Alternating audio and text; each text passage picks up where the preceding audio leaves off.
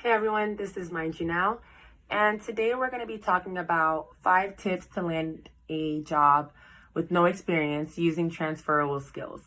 So you may ask, like, what are transferable skills?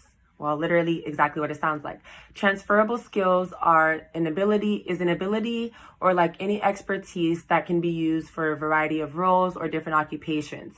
For example, if you worked as cashier, if you worked in customer service, transferable skills would kind of look like customer service, building customer relationships, managing money, active listening and support, and things along those lines that can be used to other careers, entry-level careers in different career fields. If you decided that you wanted to go into finance or you wanted to go into human resources, the customer service skills, the money management or data entry, those type of things will be considered as transferable skills, because despite whatever position you go into, you can use those skills that you learned at times that you were a cashier or that you were in whatever role that you were prior.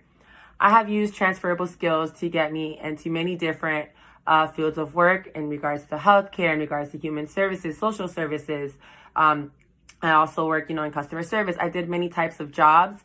So transferable skills do help to get the experience that you're looking for. They help to bring that highlight if your application was going to be ignored. But in that cover letter, you included different abilities as to what makes you qualified for the job. Those transferable skills do help with that. So the first step into getting a job with no experience in that field is to identify what are my transferable skills.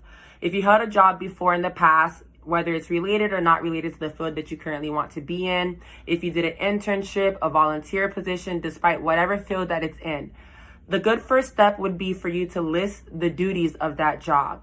If you regularly performed any different types of activities, if you actively listened, if you created, if you used Excel sheets, if you used Microsoft, if you provided customer service skills, leadership ability, you often had to work in teams, things along those lines can be used as transferable skills, as if you were to go to another job, they would assist you in that current work position that you would be looking for. Second would be to reflect your resume as such. Using those transferable skills, it's not enough to just wait for the interview and say, well, these are the skills, these are some of the things that I did in my previous job. That's not enough to get your resume looked at. A lot of times the different employers, they have systems, computer systems that pick up on certain keywords that you use when you apply.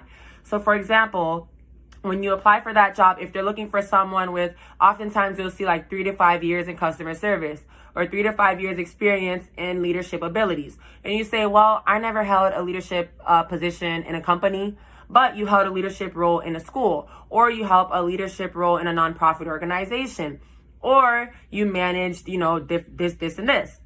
That would be something that you can add to your resume, because now the computer algorithm, the system algorithm will pick up, hey, leadership. It'll look at that keyword. That's oftentimes what the computer picks up, is that keyword. So if the customer service is that keyword, they're going to look to see, does she have that customer service experience? The computer will pick that up, and now your resume gets moved into that queue of where the employers are actually looking and actually checking to see. Those type of skills will be more relevant and they'll be more impressive to the employers, as, now they can see exactly what compares you, what brings you out from the rest of all the other applicants. If they have 150 applicants, why should they look at your resume? Number 3 would be to apply for the job and add a cover letter. Cover letters should always be used, especially on sites like Indeed. If you're using Google, if it's the actual company site, cover letters help them to know you. So outside of the resume, which again, the computer uses algorithms to see exactly keywords that are used, for smaller companies that don't really have that system that can screen, they will have actually human resource coordinators or different managers look through those resumes. With your cover letter, that will tell them, okay, what sets you apart from the rest? That's like you were going into the job and they ask you during the interview, tell me, why should I hire you as opposed to someone else? So the cover letter that's basically your time to shine, your time to show why you're best fit for the job. It's always best, which I will try to do a video on that as well. It's always best to have a generalized cover letter and you modify as needed. So if you were to be applying for different jobs, you can modify that cover letter. Transferable skills, some of them should often be included, meaning highlight why you're the best fit for the job. So for example, even if you have no experience in the field, if you're currently in school or educating yourself for that field, I am a current second, if it's third year, first year student. And for example, if I was looking for a healthcare job, and I did use this when I was applying for my position, I was back then when I was working in healthcare in administration. Hey, I'm a current fourth year student, and I'm willing to use, and I highlighted my current abilities that would qualify me for the job, despite the fact that I'm not yet done with the degree, but I am working towards that, and I'm looking to use my degree to benefit to the company when I do graduate. Companies always want to know, okay, cool, you have a degree. Cool, you have these transferable skills. How is that going to help me? What can you do for me? What can you do for my company to help us progress and to help us grow as we're helping you grow?